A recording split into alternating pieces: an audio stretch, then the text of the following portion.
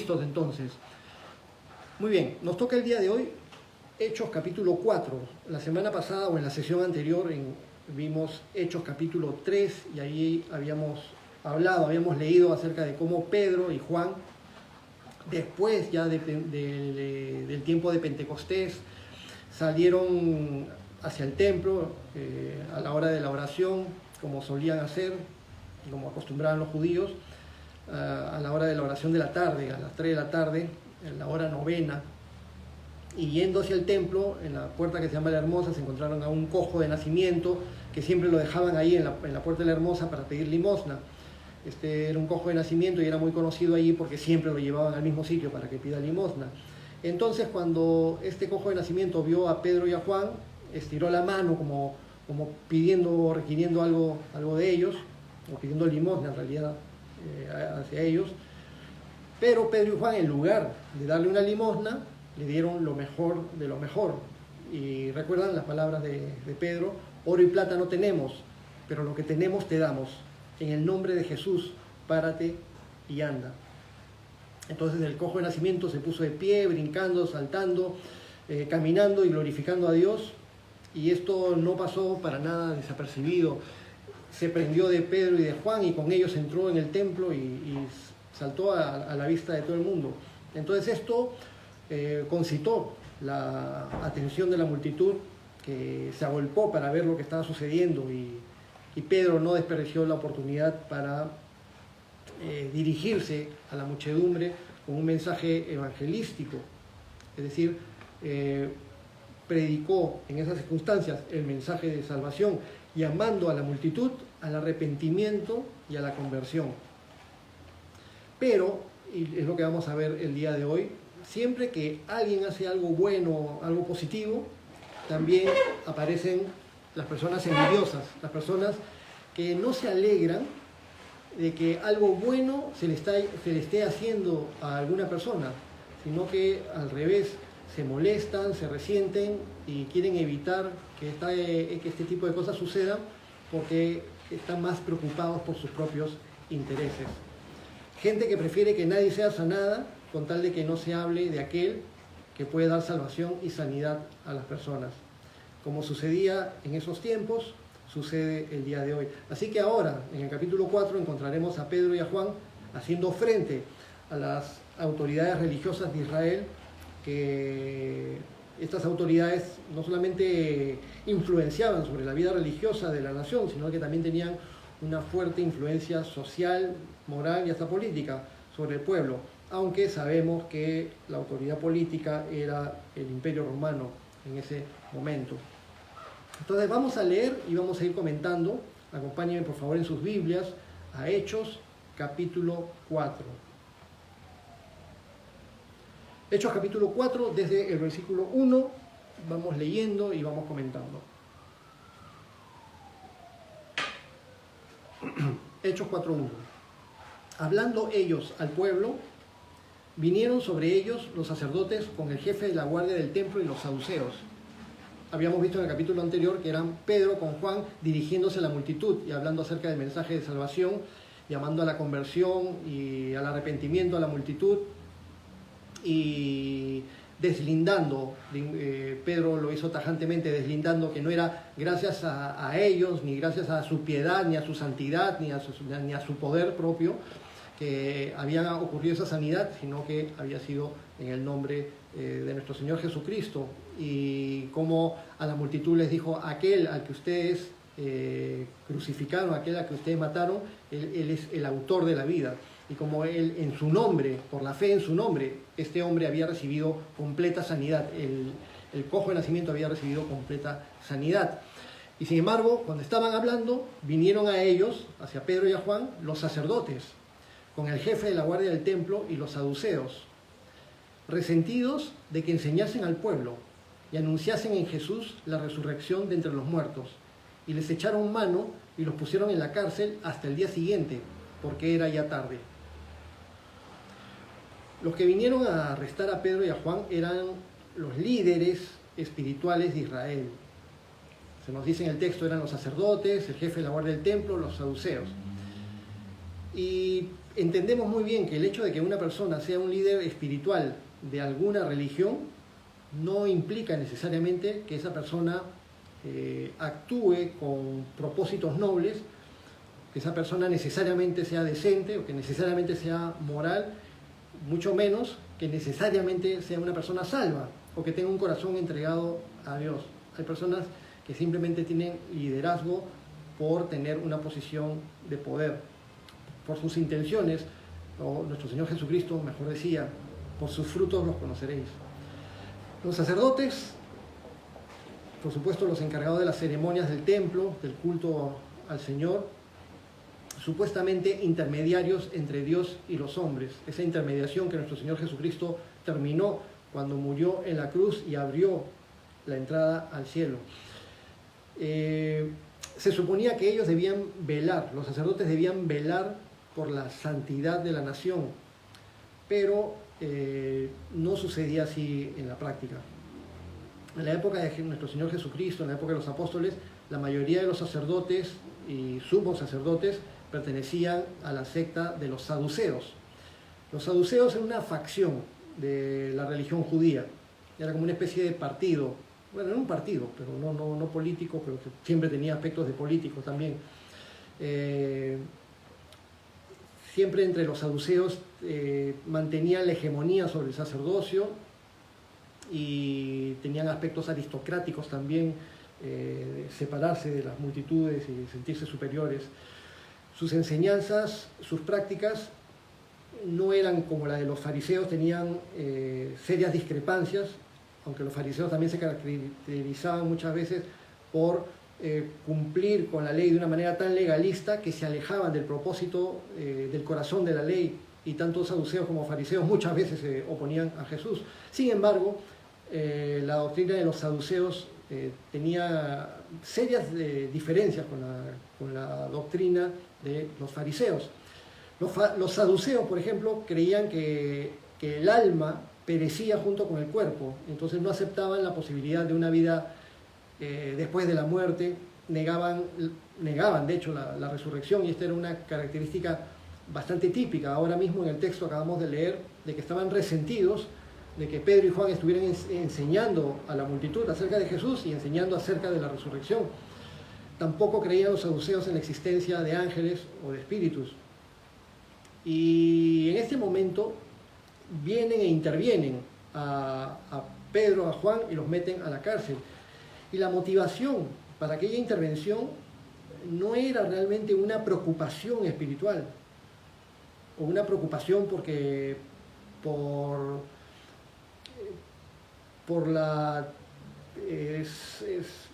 porque reciban una sana palabra aquellos de la multitud que estaban escuchando las palabras de Pedro y Juan. La motivación verdaderamente era el resentimiento, simplemente el desagrado, porque tenían un falso celo por su religión. A estos líderes religiosos no les interesaba realmente conocer la verdad, solamente querían que nadie represente una amenaza para sus intereses, como sucedió con Jesucristo, lo mismo con los seguidores de Jesucristo. En el versículo 4 de Hechos capítulo 4 dice: pero muchos de los que habían oído la palabra creyeron, y el número de los varones era como 5.000. Muchos de los que oyeron, creyeron. La fe viene por oír y oír por la palabra de Dios. Cuán importante es que cuando hablamos del Señor, o que cuando queremos compartir del Señor, dejemos de lado nuestro entusiasmo por dar charlas motivadoras y pongamos como lo más importante y el cuerpo de todo mensaje que demos del Señor, lo principal es compartir la palabra de Dios, porque es la palabra de Dios la que va a transformar vidas, no la elocuencia con la que yo hable y no las técnicas o trucos que yo pueda tratar de ejercitar si es que he llevado cursos de oratoria, de motivación y de otras cosas. Aunque por supuesto no tiene nada de malo cuando uno prepara un mensaje tratar de hacerlo ameno, tratar de hacerlo didáctico, pero no es lo más importante. Cuando una persona comparte la palabra de Dios, aunque esa persona de repente en su forma de hablar sea muy parco, una voz monótona, que de repente en la forma de hablar y de transmitir la palabra, las personas un poco que cabecean porque lo escuchan, pero si esta persona habla la palabra de Dios, va a impactar vidas, mientras que alguien muy motivador va a impactar las emociones momentáneamente, pero las emociones luego se desinflan.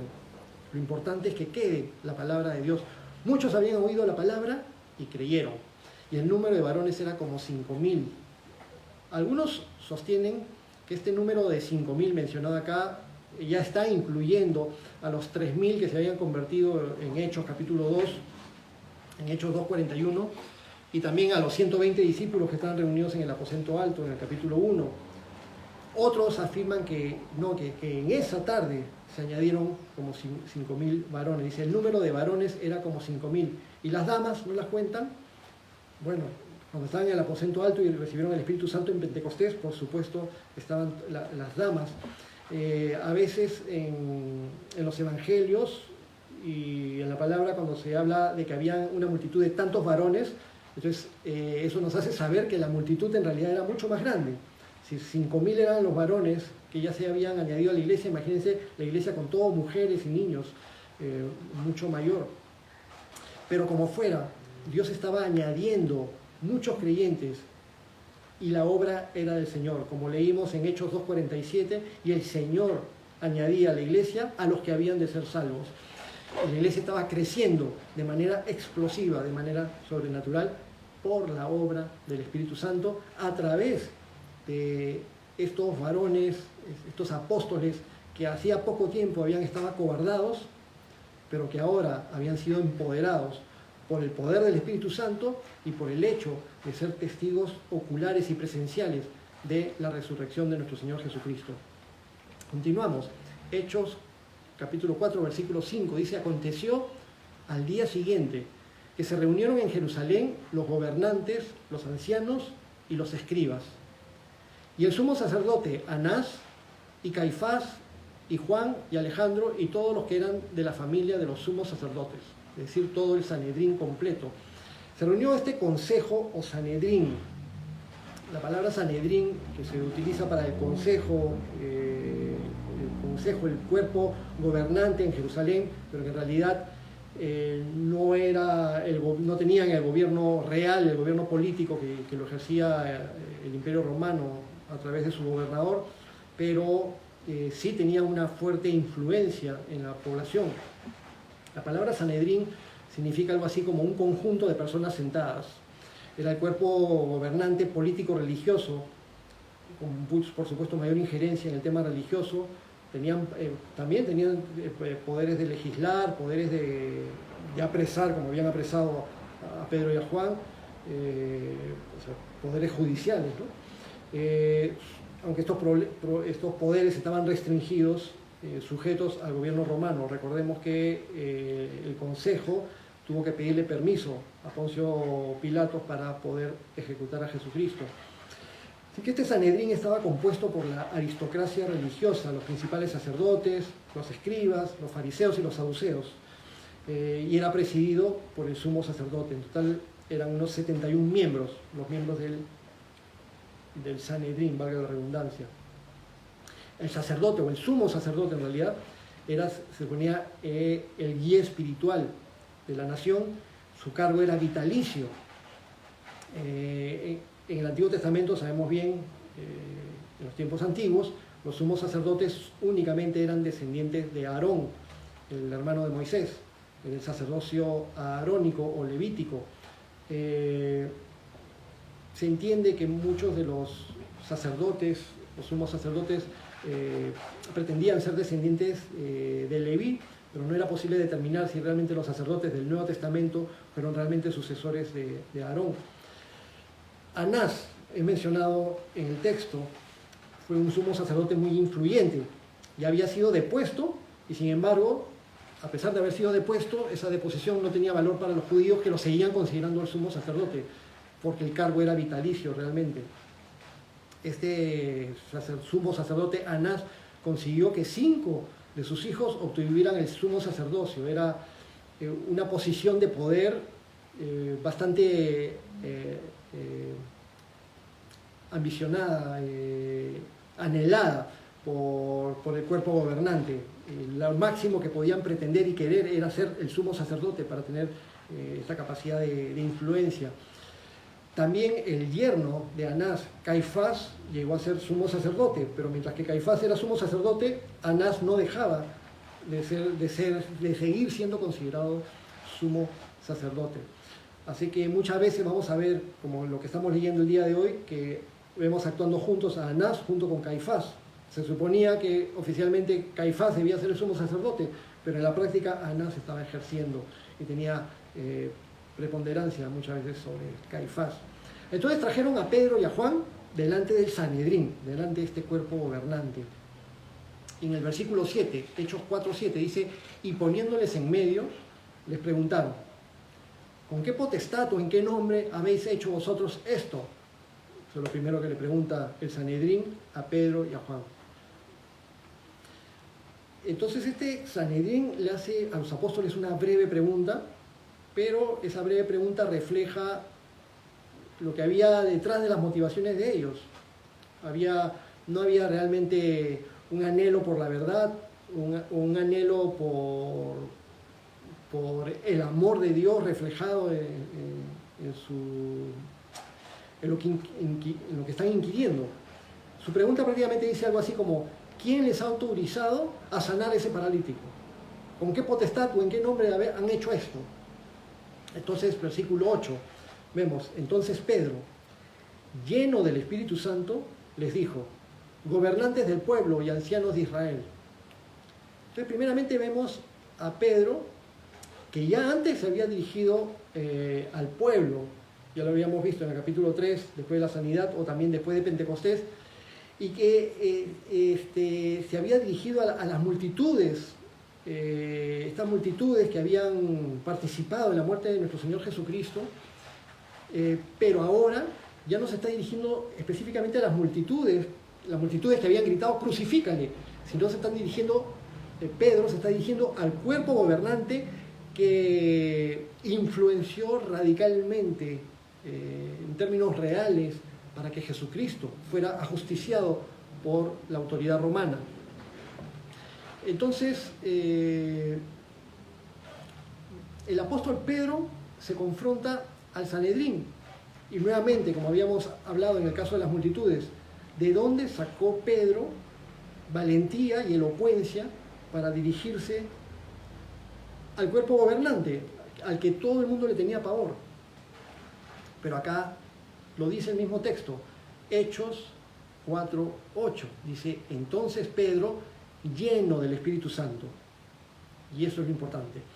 Entonces Pedro, lleno del Espíritu Santo, les dijo: gobernantes del pueblo y ancianos de Israel, puesto que hoy se nos interroga acerca del beneficio hecho a un hombre enfermo, de qué manera éste haya sido sanado, sea notorio a todos vosotros y a todo el pueblo de Israel que en el nombre de Jesucristo de Nazaret, a quien vosotros crucificasteis y a quien Dios resucitó de los muertos, por él este hombre está en vuestra presencia sano. Entonces, en este discurso ante el Sanedrín, Pedro deja en claro que se le está cuestionando por practicar algo bueno, por sanar a un hombre discapacitado.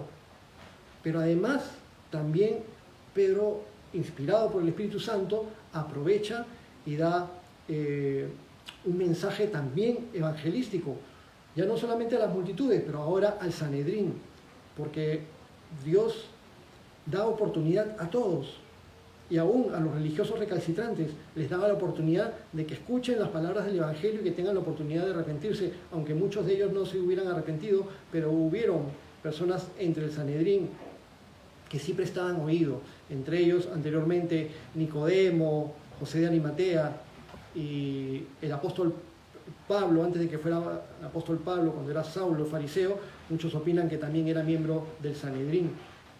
Bueno, a ellos se dirige y les dice: se nos interroga acerca del beneficio hecho a un hombre enfermo. Entonces, me están preguntando por hacer algo bueno a una persona. Bueno, que les sea notorio que esto fue hecho en el nombre de Jesucristo de Nazaret. Ojo, que Pedro está mencionando así, en el nombre de Jesucristo de Nazaret. Podría decir en el nombre de Jesús de Nazaret, pero al decir Jesucristo, esta es la palabra compuesta, Jesucristo, el nombre de nuestro Señor, en forma compuesta en el idioma griego, que es el idioma en el cual se escribió el libro de Hechos de los Apóstoles. Para disgusto de algunos grupos judaizantes y legalistas que quisieran que el Nuevo Testamento se hubiera escrito en hebreo, pero el Nuevo Testamento no se escribió en hebreo.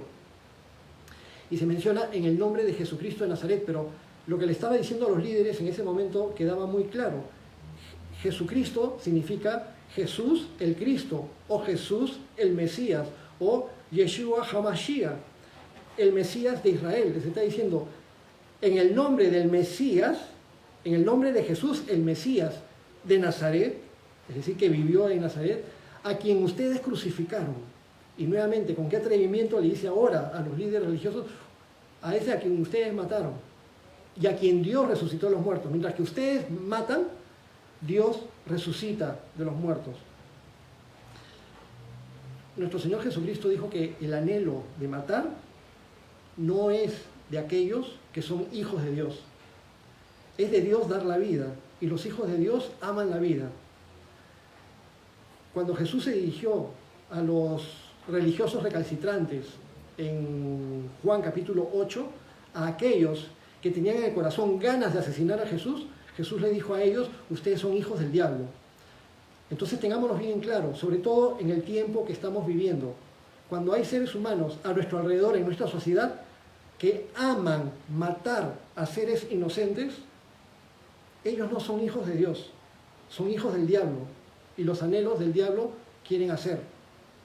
Un hijo de Dios jamás va a querer, ni jamás va a justificar, ni jamás va a participar, ni ser condescendiente con la decisión, ni siquiera con las leyes de un gobierno cuando decreta que sea legal abortar en ninguna de sus formas. Ningún tipo de aborto provocado es aceptable. No vamos a discutir ahora de temas realmente médicos, porque cuando ya en un hospital una señora está hospitalizada porque ha habido una complicación muy difícil y su vida está puesta en riesgo, y en ese momento los médicos junto con los familiares tienen que decidir entre el bebé o la mamá, eso es un tema completamente diferente. Eso no es un aborto provocado. Pero bueno, volvamos a nuestro tema. En el nombre de Jesucristo de Nazaret, a quien ustedes crucificaron, ustedes que les gusta matar, pero en cambio a quien Dios levantó, resucitó de los muertos. Gracias a Él, gracias a Jesucristo de Nazaret, gracias al Señor Jesucristo, es por Él que este hombre está en vuestra presencia sano. Y Pedro está dando el testimonio que es gracias a nuestro Señor Jesucristo, que ahora el cojo de nacimiento tiene esta sanidad. Entonces, Pedro da este testimonio. Y sigue hablando el apóstol Pedro en Hechos 4:11. Dice, este Jesús es la piedra reprobada por ustedes, los edificadores, la cual ha venido a ser cabeza del ángulo. Este es un tema interesante.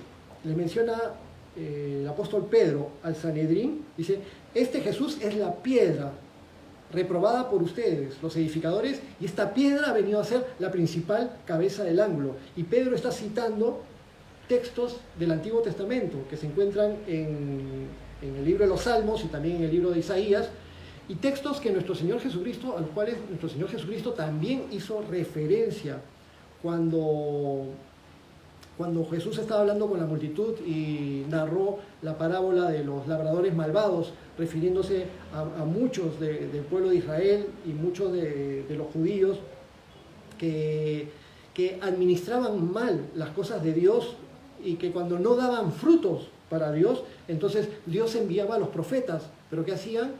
Mataban a los profetas, mataban a aquellos que hablaban de parte de Dios. Y estaba hablando especialmente de los líderes de la nación y de aquellos que por causa del pecado, por causa de la incredulidad, por causa de la idolatría, se mantenían persistentemente alejados de Dios. Y cuando Dios enviaba a alguien que hablara de parte de Él, Entonces lo mataban, como sucedía con los profetas del Antiguo Testamento. Entonces ahí es cuando Jesucristo mencionó en esta parábola que Dios envió a su propio Hijo, diciendo, bueno, a mi hijo lo respetarán, pero al hijo dijeron, este es el heredero, vamos a matarlo, y lo terminaron matando al hijo. En esa forma profética Jesús habló en esta parábola. Pero Jesucristo ahí hizo la mención también con respecto a esto mismo. Nunca oyeron hablar de que la piedra que rechazaron los edificadores ha venido a ser cabeza del ángulo. La piedra que desecharon los edificadores ha venido a ser cabeza del ángulo. De parte de Jehová es esto y es cosa maravillosa a nuestros ojos. Entonces, esa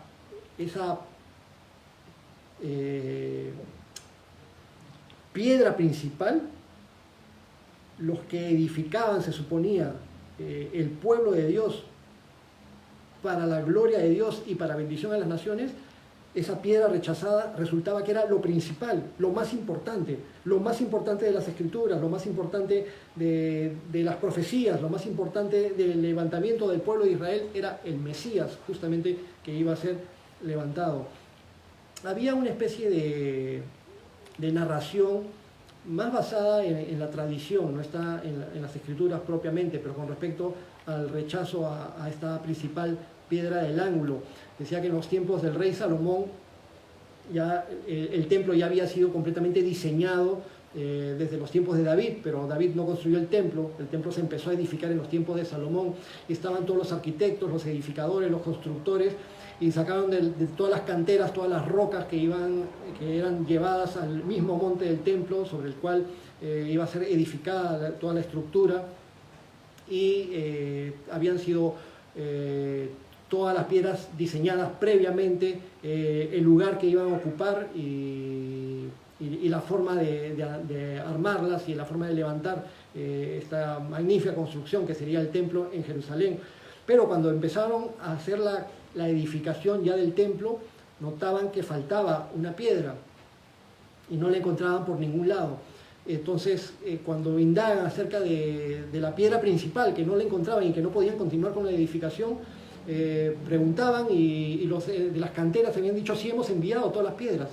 Pero lo que sucedía era que los edificadores habían visto una piedra diferente, con una forma diferente, que aparentemente para ellos no encajaba con las demás, y la habían desbarrancado monte abajo del monte del templo, y no le habían dado importancia, y había pasado el tiempo, había crecido un poco la maleza, y habían descartado esta piedra. Pero cuando estaban en plena construcción del templo, se quedaron truncos porque no podían construir. Entonces, recordando eso, bajan del terraplén, de la zona del monte del templo, bajan, encuentran esta piedra y la vuelven a subir, y se dan cuenta que esa era la piedra principal y que sin esa piedra no podían edificar el templo. Y de ahí sale muy apropiadamente lo escrito en el Salmo. Entonces, la piedra que desecharon los edificadores ha venido a ser la cabeza del ángulo. Sin Jesús no se puede edificar nada. Jesús es lo más importante de todo, de la historia de la salvación, de la historia de la humanidad, de la historia de la Biblia, de la historia de la palabra de Dios. Jesucristo es lo más importante y es la base de todo. Toda la Biblia es cristocéntrica, Antiguo y Nuevo Testamento. Nuestro Señor Jesucristo es la principal piedra del ángulo. Hechos 4:12, y ahora un texto importantísimo y vital para nosotros como creyentes cristianos. Hechos 4:12, y en ningún otro hay salvación, porque no hay otro nombre bajo el cielo dado a los hombres en que podamos ser salvos. Un versículo o un texto que todos los creyentes cristianos debemos conocer de memoria. Pedro da testimonio que en nadie más hay salvación. Dice, no hay otro nombre bajo el cielo dado a los hombres en que podamos ser salvos. Entonces, ¿en qué nombre hay salvación? En el nombre de Jesús, en el nombre de Jesucristo. Y no hay otro nombre en el cual podamos ser salvos. Sin embargo, es curioso o es interesante que en las Escrituras del Antiguo Testamento se nos explica, en el Antiguo Testamento se nos explica que solamente hay salvación en Jehová, o en Yahvé, o en Yahweh, conforme sea la traducción y se lea. Por ejemplo, en Isaías 43:11, Isaías 43:11 dice, yo Jehová, y fuera de mí no hay quien salve. Fuera de Jehová no hay quien salve. Y ahora leemos en Hechos 4:12 a Pedro, inspirado por el Espíritu Santo, que dice, y en ningún otro hay salvación, porque no hay otro nombre bajo el cielo dado a los hombres en que podamos ser salvos. En Isaías 45, versículo 21, la segunda mitad del versículo 21, versículo 22, dice, y no hay más Dios que yo, Dios justo y salvador, ningún otro fuera de mí. Mirad a mí y sed salvos, todos los términos de la tierra, porque yo soy Dios y no hay más. Mirad a Dios para salvación. Y en ningún otro hay salvación, porque no hay otro nombre bajo el cielo dado a los hombres en que podamos ser salvos. En Oseas 13:4 dice, mas yo soy Jehová tu Dios desde la tierra de Egipto.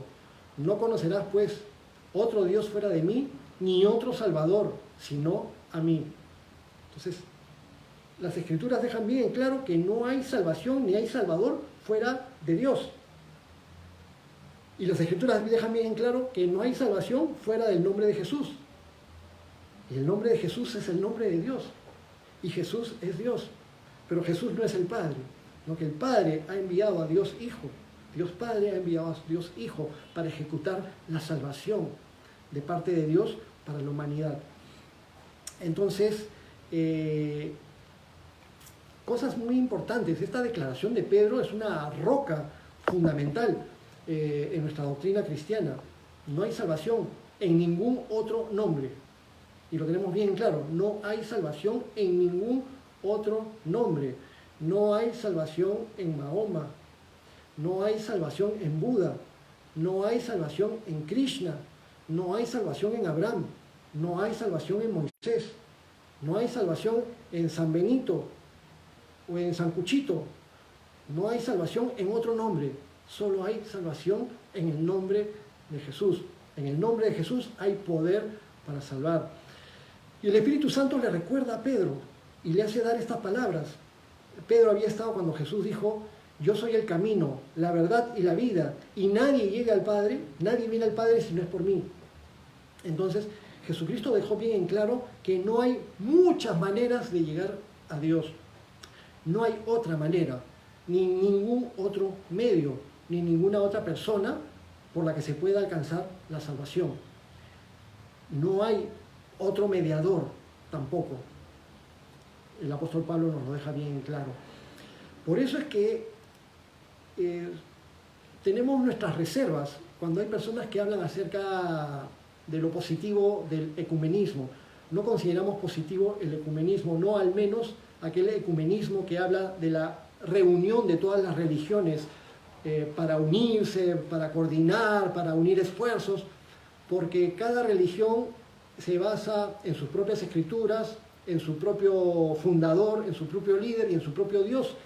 Y si juntamos a todas las religiones, si nosotros nos juntamos junto con todas las religiones, entonces estaríamos reconociendo que hay otros caminos para llegar a una deidad, o hay otros caminos para una salvación o un tipo de exaltación. Si nosotros dijéramos o reconociéramos que sí es posible llegar a Dios por medio del mormonismo, o que sí es posible llegar a Dios por medio del budismo o del Hare Krishna o de los Bahá'ís o de otros medios, o que sea, no importa en quién creas, con tal que creas en alguien, entonces para tal caso también nos tendríamos que juntar con la religión satánica, que también es una religión y que también pide reconocimiento, o con la religión practicada hacia el dios Moloch, donde se sacrificaban niños y cosas por el estilo. Pero lo peor de todo sería que si reconociésemos que todas las religiones son buenas, entonces estaríamos diciendo que Dios por las puras envió a su Hijo Jesucristo a morir en la cruz porque habían otras alternativas. Si yo puedo llegar a Dios, a la deidad, por medio del budismo, entonces no era necesario que Jesucristo muriera en la cruz. O si yo pudiera llegar a Dios por medio de muchas reencarnaciones, de acuerdo a ciertas religiones orientales, entonces ¿para qué murió Jesucristo? Su muerte no tendría sentido. Y entonces ahí sí se cumpliría lo que muchos dicen, que fue un buen hombre, que fue un buen profeta, que fue un maestro iluminado más, entre muchos otros. Pero la Biblia no enseña eso, ni nuestro Señor Jesucristo enseñó eso, ni se nos da esa opción doctrinal en la palabra de Dios. La palabra de Dios nos dice que no hay otro camino y en ningún otro hay salvación, porque no hay otro nombre bajo el cielo dado a los hombres en que podamos ser salvos. Versículo 13, Hechos 4:13. Entonces, viendo el denuedo de Pedro y de Juan, y sabiendo que eran hombres sin letras y del vulgo, se maravillaban y les reconocían que habían estado con Jesús. Entonces, Pedro y Juan hablaban con denuedo y les reconocen de que no eran aparentemente personas muy cultas o personas con estudios. Pero lo más importante, reconocían que habían estado con Jesús. Algo tenían diferente, algo tenían especial. Estos hombres, Pedro y Juan, que habían sido pescadores, que de repente no habían sido preparados en un instituto bíblico, no habían sido preparados en el estudio de las escrituras con el Sanedrín o con la preparación que tenían los escribas o los fariseos, pero reconocían que había estado con Jesús. Entonces, aún cuando Pedro y Juan no eran unos eruditos académicos, ni profesionales, ni titulados, sin embargo, no es que realmente fueran unos ignorantes a quienes les faltaba preparación, porque Pedro y Juan habían pasado 3 años junto al maestro de maestros, en el mejor y más grande instituto bíblico que pueda existir, el mejor, más grande seminario que pudiera existir, estar junto con el maestro directamente, con nuestro Señor Jesucristo. Entonces, estar con nuestro Señor Jesucristo es la mejor academia, la mejor preparación, la mejor fortalecimiento espiritual para hacer frente a los retos que se puedan presentar por delante. Entonces, y aparte de haber sido capacitados y enseñados directamente por el maestro de maestros, además habían sido investidos con poder de lo alto. Entonces, frente a la sabiduría del mundo, ¿qué es lo que más se necesita para hacer frente?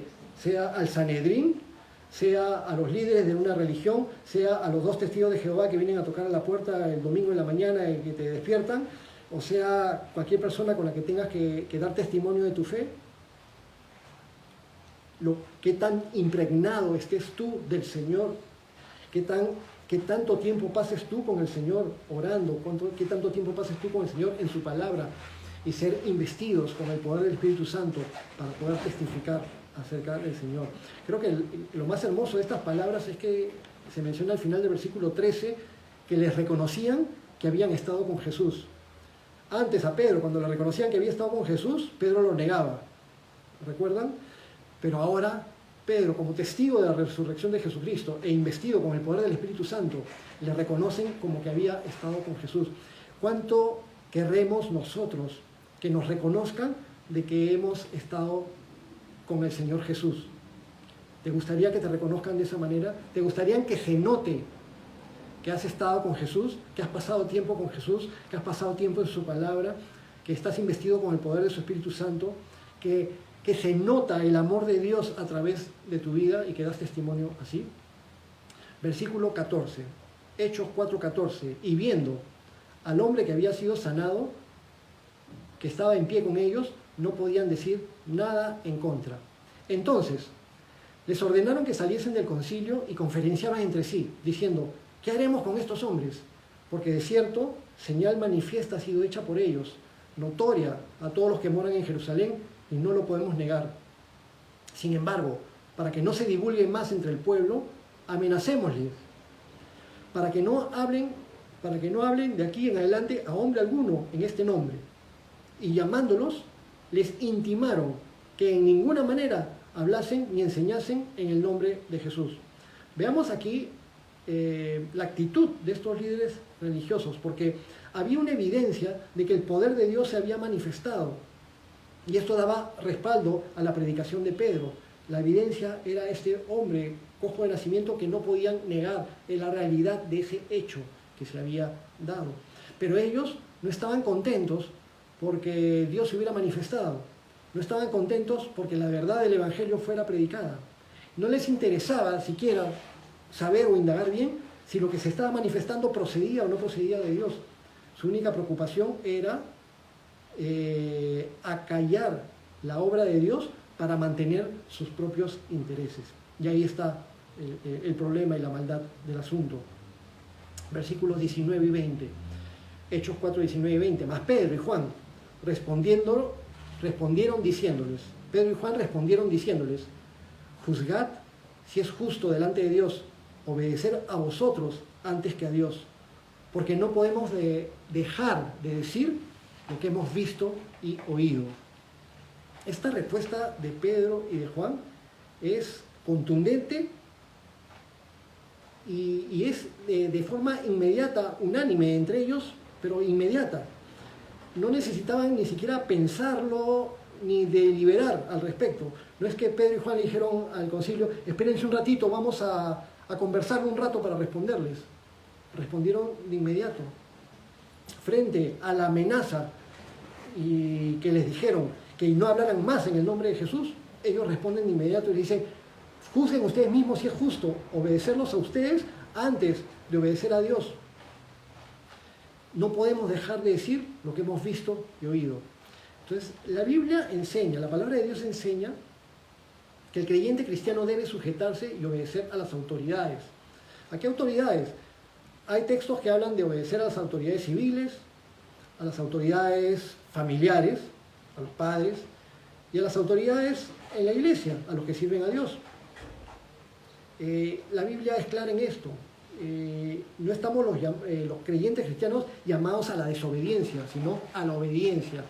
Por eso tomo con pinzas cuando muchos cristianos apoyan circunstancias políticas, pero yendo en contra de las leyes, cuando estamos llamados a someternos a las leyes y a respetar a las autoridades. Sin embargo, esta obediencia a las leyes y a las autoridades tiene algo que está por encima, y eso es la obediencia a Dios y la obediencia a la palabra de Dios. Una persona debe someterse y debe ser obediente a las autoridades familiares, a las autoridades civiles, a las autoridades en la iglesia, siempre y cuando estas autoridades no te quieran obligar a hacer algo que vaya en contra de la palabra de Dios. Las Escrituras, la Biblia, siempre son nuestra máxima autoridad. Y por eso, si las autoridades religiosas, las autoridades espirituales, te quieren obligar a hacer algo que vaya en contra de Dios o en contra de su palabra, entonces la palabra de Dios está por encima. Y por eso es que las iglesias cristianas, las iglesias evangélicas, las iglesias protestantes, los que son seguidores de Jesucristo en general, tienen como máxima autoridad a la palabra de Dios, como una guía inamovible, una guía sólida para tener en qué basarse. Mientras que en otros grupos religiosos su máxima autoridad es su líder.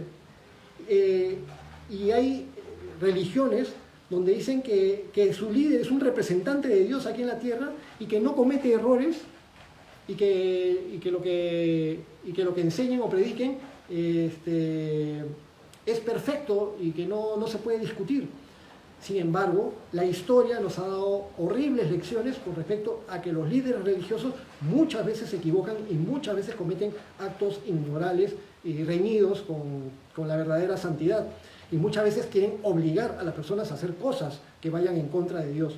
Por eso, sean autoridades religiosas, civiles, autoridades en casa, autoridades de los padres, que hay que respetar, por supuesto, respetar y honrar a los padres, siempre y cuando obedezcamos primero a Dios y a su palabra. Y esto es lo que Pedro y Juan están diciendo categóricamente. Entonces, como ellos, el consejo, el Sanedrín, escucha esta respuesta de Pedro y de Juan, juzguen ustedes si es justo delante de Dios obedecer a vosotros antes que a Dios, y que no podemos dejar de decir lo que hemos visto y oído. Entonces, versículo 21, Hechos 4:21, entonces ellos, el Sanedrín, los amenazaron y les soltaron, no hallando ningún modo de castigarles por causa del pueblo, porque todos glorificaban a Dios por lo que habían hecho, ya que el hombre en quien se había hecho este milagro de sanidad tenía más de 40 años, era un cojo de nacimiento, o sea que tenía más de 40 años en esa condición y había ahora sido sanado de una manera visible y contundente. Versículo 23, y puestos en libertad, vinieron a los suyos y contaron todo lo que los principales sacerdotes y los ancianos les habían dicho. Entonces fueron donde la congregación, fueron donde los hermanos y contaron todo lo que había sucedido. Y ellos, habiéndolo oído, alzaron unánimes la voz a Dios y dijeron, y aquí la iglesia se une para clamar a Dios y orar, y dijeron, soberano Señor, tú eres el Dios que hiciste el cielo, la tierra y el mar y todo lo que en ellos hay, que por boca de David tu siervo dijiste, ¿por qué se amotinan las gentes y los pueblos piensan cosas vanas? Se reunieron los reyes de la tierra y los príncipes se juntaron en uno contra el Señor y contra su Cristo, porque verdaderamente se unieron en esta ciudad contra tu santo Hijo Jesús, a quien ungiste, Herodes y Poncio Pilato, con los gentiles y el pueblo de Israel, para hacer cuanto tu mano y tu consejo habían antes determinado que sucediera. Y ahora, Señor, mira sus amenazas y concede a tus siervos que con todo denuedo hablen tu palabra, mientras extiendes tu mano para que se hagan sanidades y señales y prodigios mediante el nombre de tu santo Hijo Jesús. Me encantan estas últimas palabras. El pueblo, la iglesia, los seguidores de Jesucristo se vuelcan a Dios, claman a Dios y dicen, Señor, mira lo que está pasando, mira lo que están haciendo y mira sus amenazas, pero concédenos que con todo denuedo hablemos tu palabra, mientras extiendes tu mano para que se hagan sanidades y señales y prodigios mediante el nombre de tu santo Hijo Jesús.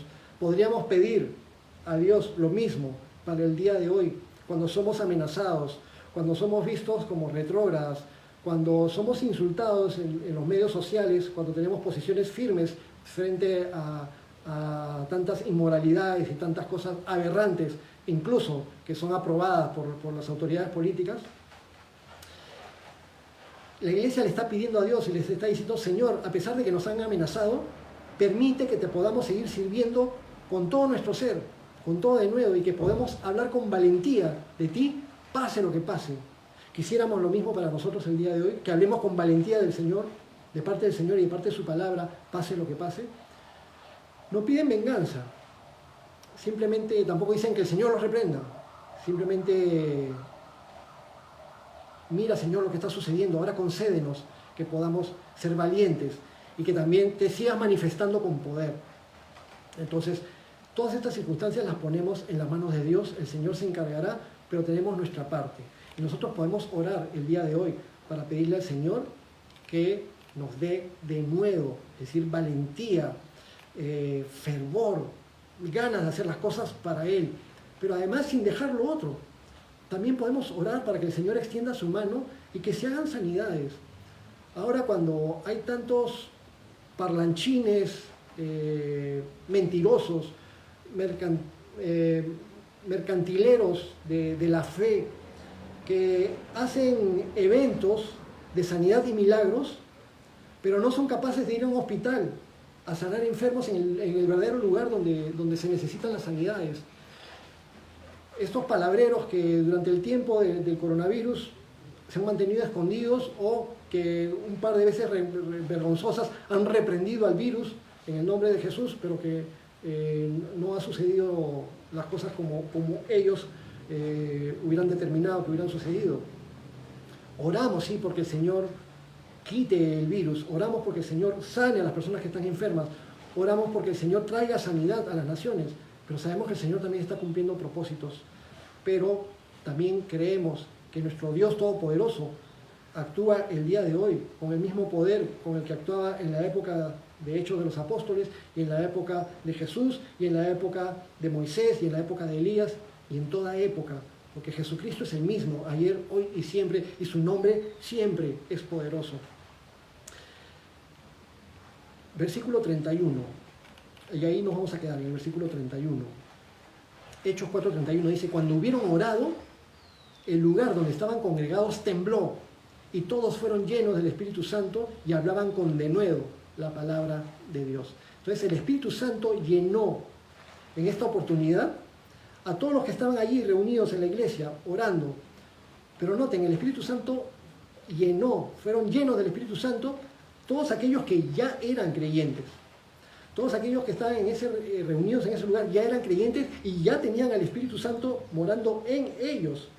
Y la mayoría de ellos, muchos ya habían estado en Pentecostés, ya habían recibido el Espíritu Santo sobre ellos. Sin embargo, ya se habían añadido nuevos creyentes a la iglesia y ahora todos reciben el Espíritu Santo y son investidos con el poder del Espíritu Santo. Así que experimentaron la llenura del Espíritu Santo de esta manera sobrenatural. Todo el lugar donde estaban congregados tembló y todos fueron llenos del Espíritu Santo. Sin embargo, en esta oportunidad no empiezan a hablar en lenguas extrañas, ni vieron lenguas de fuego repartidas sobre ellos, sino que simplemente recibieron la respuesta a su oración y se les concedió que hablaran con denuedo de la palabra de Dios. Recibieron la respuesta a la oración de ellos y el respaldo de nuestro Señor Jesucristo hacia su iglesia. Queremos nosotros lo mismo para nosotros en este tiempo. Señor, concede a tus siervos que con todo denuedo hablemos tu palabra. Muy bien, la sección final del capítulo, que son los versículos del 32 al 37, los vamos a tocar en la siguiente sesión, Dios mediante, la próxima semana, porque tiene una continuidad temática con el capítulo 5. Así que nosotros vamos a quedar allí. Vamos a orar. Amado Padre Celestial, Señor Dios, Creador de todo el universo, Creador de todo lo que existe en el cielo, en la tierra, en el mar y todo lo que en ellos hay. Amado Señor, que nos creaste a nosotros y que nos pusiste sobre el mundo, Señor, para tus planes, para tu gloria, para tus propósitos, y que tus planes se van a cumplir. Gracias por todo lo que haces y gracias el día de hoy por darnos tu palabra. Gracias, Señor, por permitirnos ser testigos de las cosas maravillosas que hiciste con los seguidores de tu Hijo Jesucristo, en este caso con Pedro, con Juan, con los discípulos. Y vemos, Señor, toda tu gracia y el poder de tu Espíritu Santo actuando en ellos. Y cómo, Señor, ellos, sin ser irrespetuosos, porque aún el Sanedrín continuaba siendo la autoridad allí en Israel en ese tiempo, sin ser irrespetuosos, pero fueron firmes en obedecerte a ti y obedecer a tu palabra antes que obedecer a un ser humano que estuviera equivocado.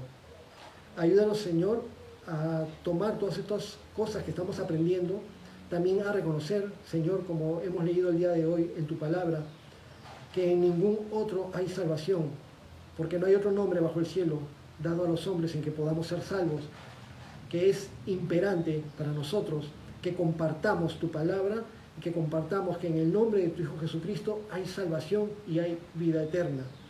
Te damos gracias, Señor. Te pedimos, Padre, en estos tiempos difíciles, por sanidad, para todos nuestros familiares o amigos que pudieran estar contagiados con COVID o con alguna otra dolencia. Muchos de los que pueden estar escuchando en este momento tu palabra, sea en vivo o sea por la transmisión grabada después, que pudieran requerir y necesitar tu sanidad, Señor, reconocemos que en el nombre de tu Hijo Jesús hay poder para sanar el día de hoy también.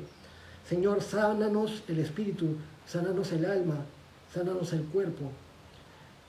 Te rogamos, Señor, que te glorifiques en nuestras vidas y que nos llenes a todos de tu Espíritu Santo. Te damos gracias, nos ponemos a tus pies y todo te lo pedimos en el nombre de tu Hijo Jesús. Amén.